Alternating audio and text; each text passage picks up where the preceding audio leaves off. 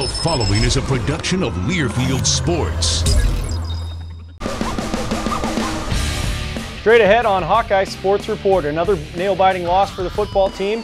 And the Big Ten season starts this weekend. Where does the team go from here? Hawkeye Radio Network's Rob Brooks will be in to break it all down for us. And the soccer team bounces back from its first loss of the season in impressive style. And former Hawkeye football and baseball player Danan Hughes is making his mark in the sports broadcasting world. We'll catch up with him in just a bit. Hawkeye Sports Report is next. Hello everyone and welcome inside this week's edition of Hawkeye Sports Report. Many football fans didn't envision a 2-2 start to the football season, but that's exactly what has happened. But with the entire Big Ten slate ahead of the football team, while they aren't happy with the results so far, they know there is plenty of football ahead, starting this week with rival Minnesota, a team that has beat the Hawkeyes each of the last 2 seasons.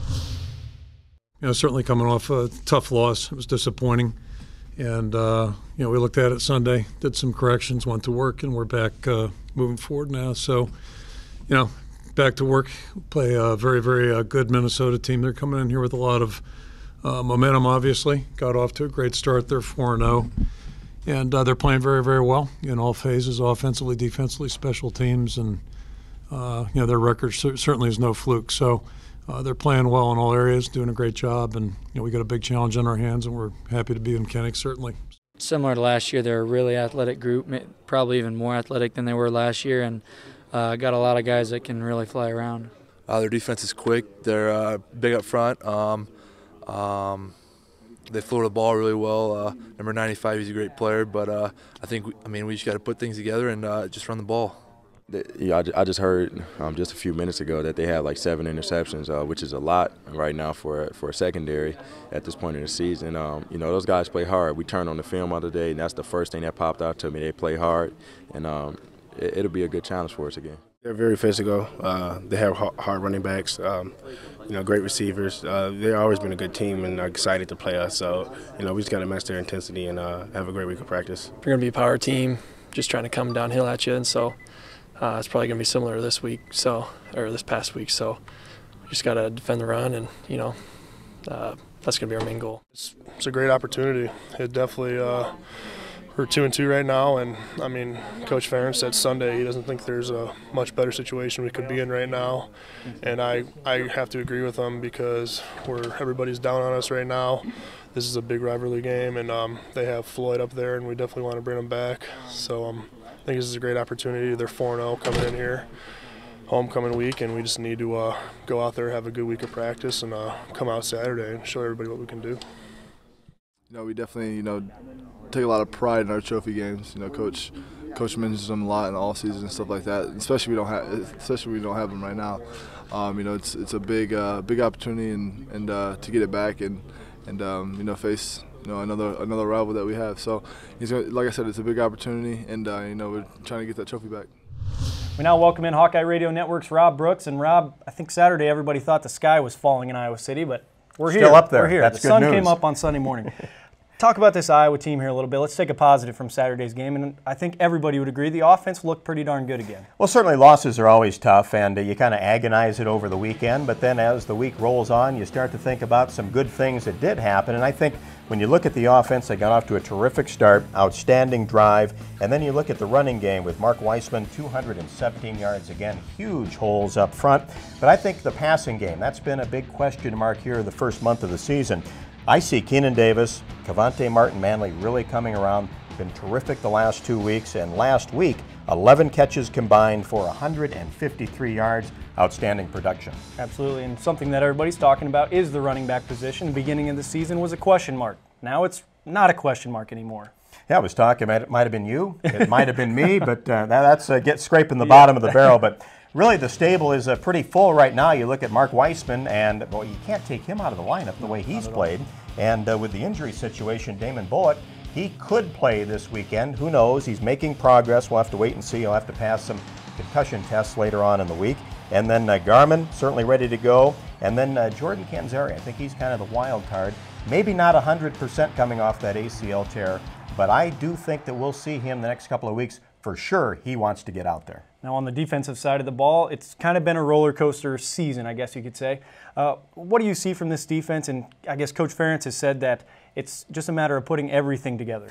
Yeah, 4 quarters of football. I think they've made terrific adjustments at halftime. Second halves have been much better than the first. But I think the first 2 weeks we kind of talked about on this show where, hey, the defense was exceeding expectations. And maybe it's been a little bit of a rocky road the last couple of weeks. But I think you're right. 4 quarters, consistency, the name of the game.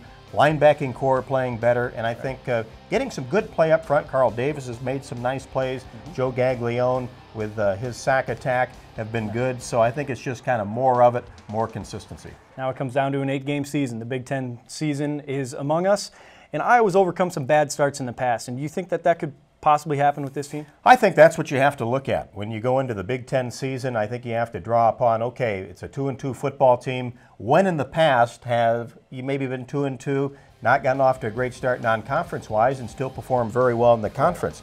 2-2, the Hawkeyes were back in 2004. Tough loss at Arizona State, opening defeat in the Big Ten against Michigan, but you saw some signs there. That team ended up in the Capital One Bowl. In 2008, Iowa started 3-3, went 6-1 the rest of the way, ended up in the Outback Bowl. So good things are still in front of what I think is a wide open conference. Right. Minnesota comes to town this weekend, and this is a team that they've struggled the past couple years, but you believe they have turned the corner.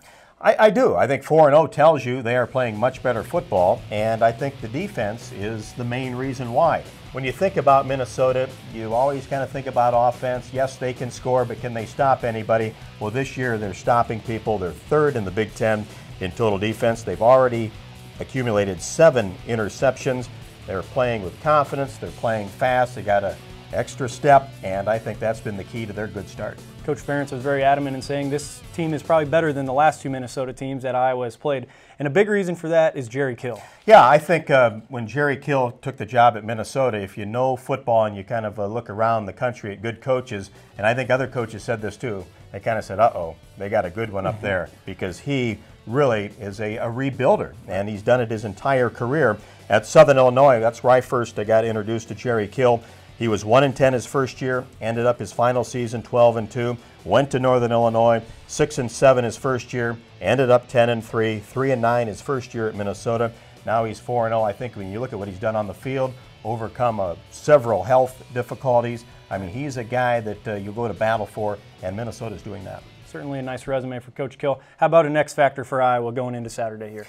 Well, I think it's getting off to a good start. Minnesota, they're confident, they're playing fast. This will be their toughest test on the road, and it's Big Ten season, so we kind of turn that page as well. I think key to get that Iowa offense going, have some good things happen, and make sure that Minnesota, with a backup quarterback most likely, is not able to get into a groove. Get them off schedule, get the Hawkeyes on schedule. Hopefully we'll see the black and gold hoisting Floyd of Rosedale on Saturday. We need it back in Iowa City, don't we? Absolutely. Rob, thank you for joining us. Thank you. ESPN 2, 11 a.m. That's where you can check the game out.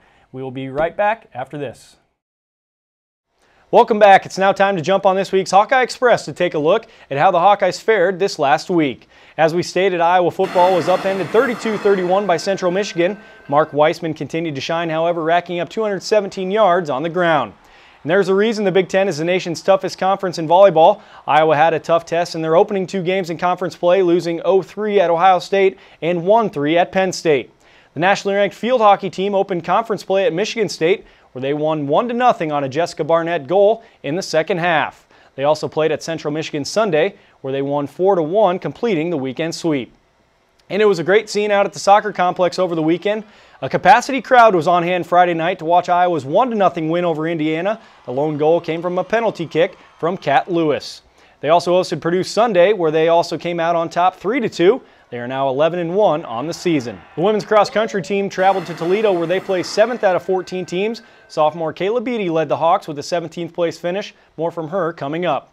Men's and women's tennis were also both in action. Ruth Seaborn, Christina Heritzine, and Annette Dehonix all won 2 of 3 singles matches for the women. And on the men's side, Dominic Patrick went 3-2 in singles at Purdue, and Joey White led the way at Drake, going 2-1 in singles. It'll be another busy weekend in Hawkeye athletics. We'll have the complete rundown of that coming up later. 2-sport athletes in college athletics is a rarity today. One of the best 2-sport athletes in the history of the University of Iowa was back in town this past weekend.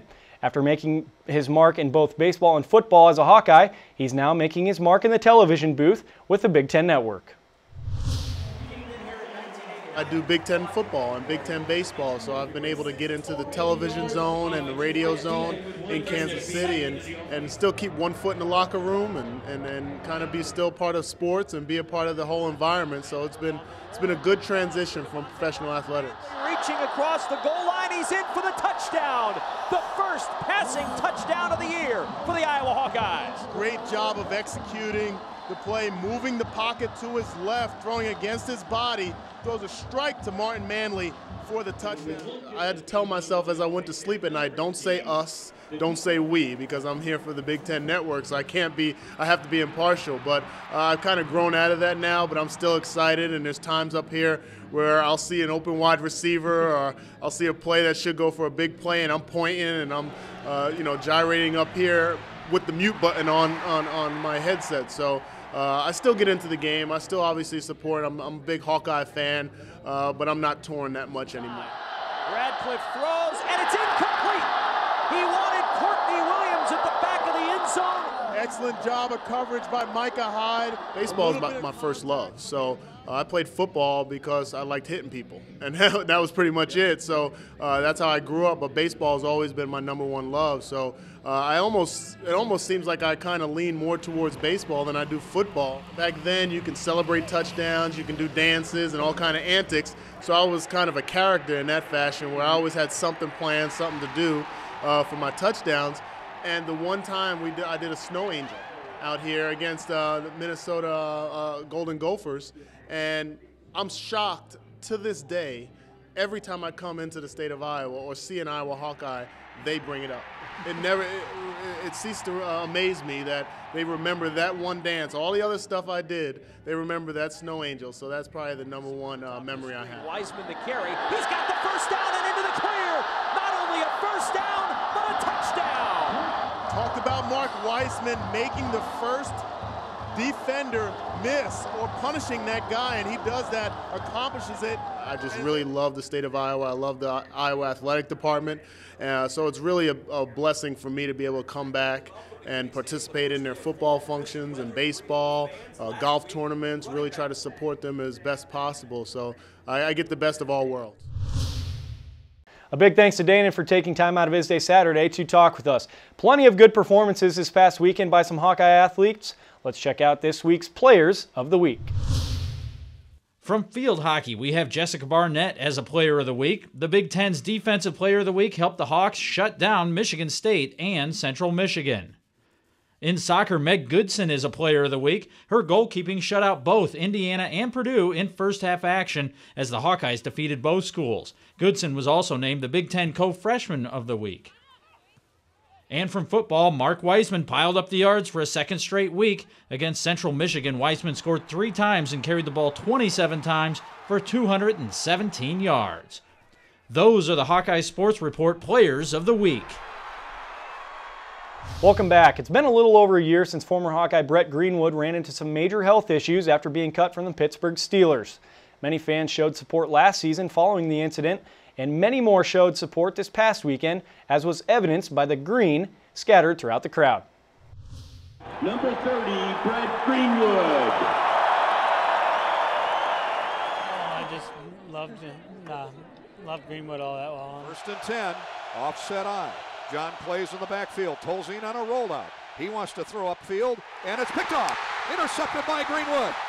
He was just a really awesome guy, and I wanted to support him and show him that, what happened to him, like, we're all behind him. I mean, Iowa City's one big happy family, and we're still going to support him. I mean, it's a year, but he's made, like, an awesome comeback already just in those years, and I mean, I know he has a lot more to go, so I think it's important just to keep going to show him that we're behind him every step of the way. Blaine Gabbert back to pass again, fires to the end zone. It is deflected, intercepted by Brett Greenwood. God bless, get better. I hope that you get back up on your feet soon, buddy. Robinson in the shotgun, the 38 of Michigan. Back to pass, plenty of time. Now he steps up in the pocket, throws down the field, and it's intercepted. Well overthrown, picked off by Greenwood. The safeties come through again, and this one's in the bank.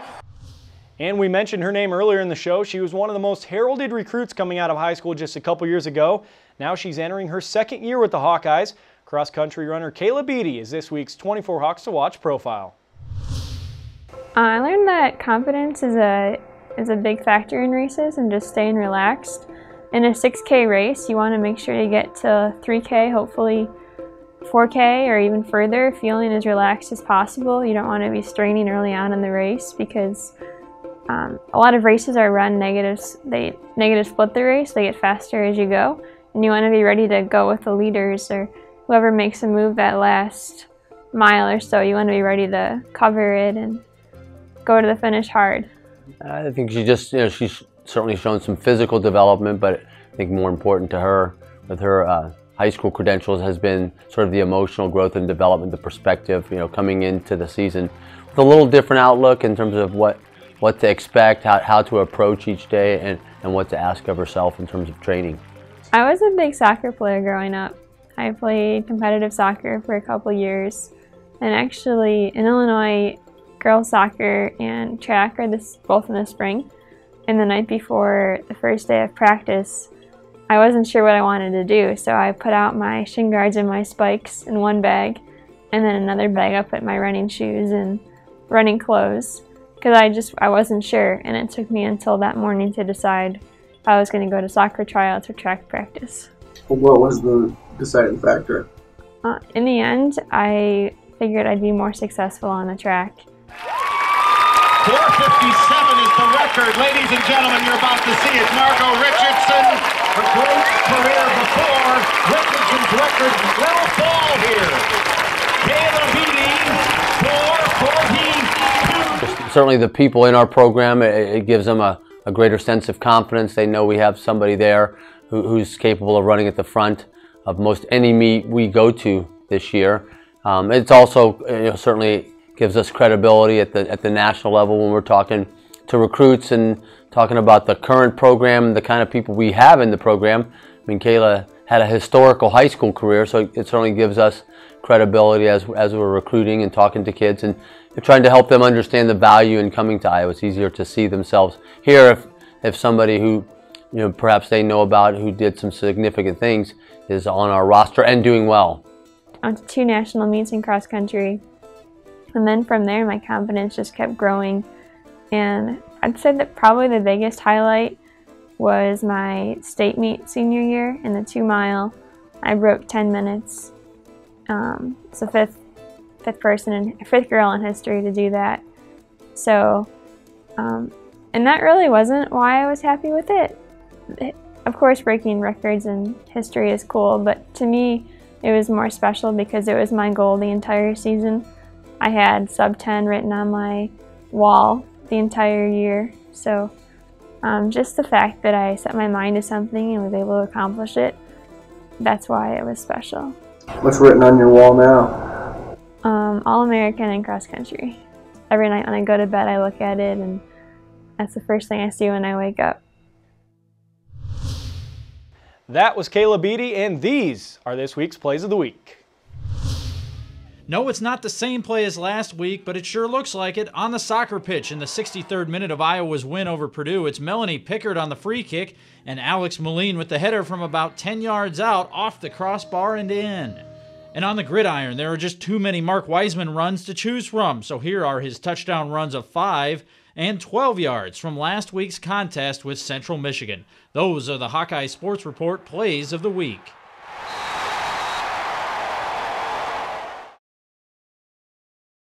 And finally, it's time to check out when and where Hawkeye Athletics will be in action this weekend. The softball team will continue their fall season Friday at Pearl Field at 6 p.m. against Muscatine Community College. Baseball will also be in action for some fall ball this weekend at 1 p.m. on Sunday. The rowing team under new head coach Steve Pritzker will get their season started Saturday at the head of Des Moines. And the men's cross-country team will also be in action as they head up to Minneapolis for the Roy Griak Invitational. Head coach Larry Wazorek really likes the makeup of this year's squad. It's kind of an interesting team to me. I've been coaching a long time, and this is a group that I really enjoy, maybe as much as any team I have ever coached.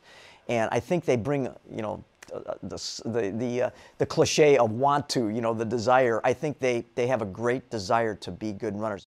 Men's tennis will also be back on the road this weekend as they will travel to the Penn Invite Friday through Sunday.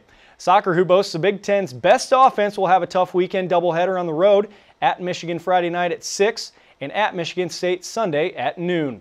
Field hockey and volleyball will be back home this weekend after opening up conference play on the road. Field hockey has just one game this weekend against Ohio State Sunday at noon out at Grant Field. They're looking to make it 6 wins in a row. I think we're going to have a good-sized crowd out here, and it's always kind of the goal to protect Grant Field and keep a very strong winning record on this field and make it really hard for opponents to play here. I think it's incredibly important. You know, we're always coming out here to protect Grant, is what we say, and we definitely don't want to give up a loss to Ohio State. Kind of our anchors in our defense are juniors and seniors now, and they take a lot of pride in defending. They like to attack, they like to score, but I know Murdy and JB in particular are kind of our anchors back there, and they're doing an awesome job, and we're looking for another good day from them on Sunday. Volleyball will host 2 games this weekend. Friday night, they will take the court in Carver Hawkeye Arena at 7 p.m. against Michigan. They'll then have 24 hours before they take the court again Saturday night against Michigan State at the same time. I saw our team almost, we did like this 180 from Friday night to Saturday night, so that was really fun to see that we could regroup and we could play volleyball at a higher level than we did Friday night. Because Saturday night we did some really, really nice things, and you know, we put ourselves in a position to take a couple sets. You know, we only got one, but I felt good about just how we competed. From the weekend we learned a lot. Our first Big Ten match is obviously like a very good learning experience for all the newcomers, and it definitely has given us a lot to work on in this week in practice. We're going to focus on those things, especially defense and getting more kills. So I think this weekend is something to look forward to.